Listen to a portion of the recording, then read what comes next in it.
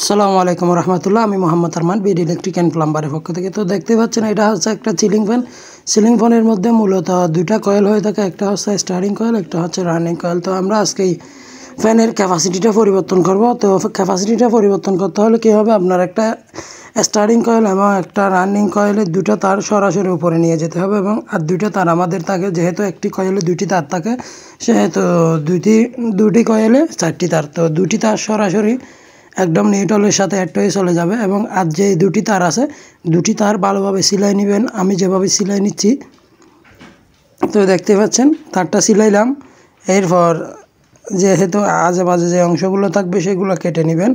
কেটে নেওয়ার পর দেখতে পাচ্ছেন আমাদের এখন দুইটা প্রান্ত হয়ে গেছে। দুইটা প্রান্ত থেকে আর একটা আপনারা যে ফেসটা আছে উপর থেকে আসবে, এটা কিন্তু ওই স্টার্টিং কয়েল এবং রানিং কয়েল যে কোনো একটার সাথে লাগাই নেবেন। লাগাই নেওয়ার পর ক্যাপাসিটির সাথে এক পাশ সংযোগ দিবেন। দেখতে পাচ্ছেন ভালোভাবে মশলাই নিতে হবে, না হলে কিন্তু হবে না, ওই ছিদ্র দিয়ে ঢুকতেছে না। এখানে যদি আবার তাতাল দিয়ে সোল্ডারিং করতে পারেন তাহলে আরও অনেক ভালো হবে। তো দেখতে পাচ্ছেন আমাদের এক প্রান্ত লাগানো কমপ্লিট, এবং আমাদের আর দ্বিতীয় যে কয়েলের তার যেটা আছে সেটা কিন্তু আমরা এখন লাগাবো। এর আগে কিন্তু আমাদেরকে ট্যাপ লাগাই নিতে হবে। যে প্রান্ত আমরা কানেকশন দিছি, একটা উপর থেকে তার আসছে নিউট্রাল, ওইটা নিয়ে আর নিচ থেকে যেটা কয়েলের তার আছে এটা দুটা কিন্তু একসাথে ভালোভাবে ট্যাপ বেড়ায় নিব। আমি যেভাবে বেড়ায় নিচ্ছি সেভাবে বেড়ায় নেবেন। এর সে সহজ পদ্ধতি কিন্তু আর নাই ক্যাপাসিটি লাগানোর জন্য।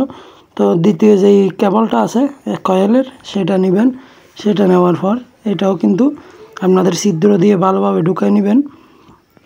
ছিদ্র দিয়ে ভালোভাবে ঢুকাই নেওয়ার পর যে তার ফেঁসানোর সময় অনেক শক্তভাবে ফেঁসাইবেন, যাতে লুজ কানেকশন না থাকে। লুজ কানেকশন থাকলে কিন্তু ক্যাপাসিটিটা আবার নষ্ট হয়ে যাবে, বা এখানে আর ক্যাপাসিটিটা কাজ করবে না। তো সেটাও লাগানো শেষ আমাদের।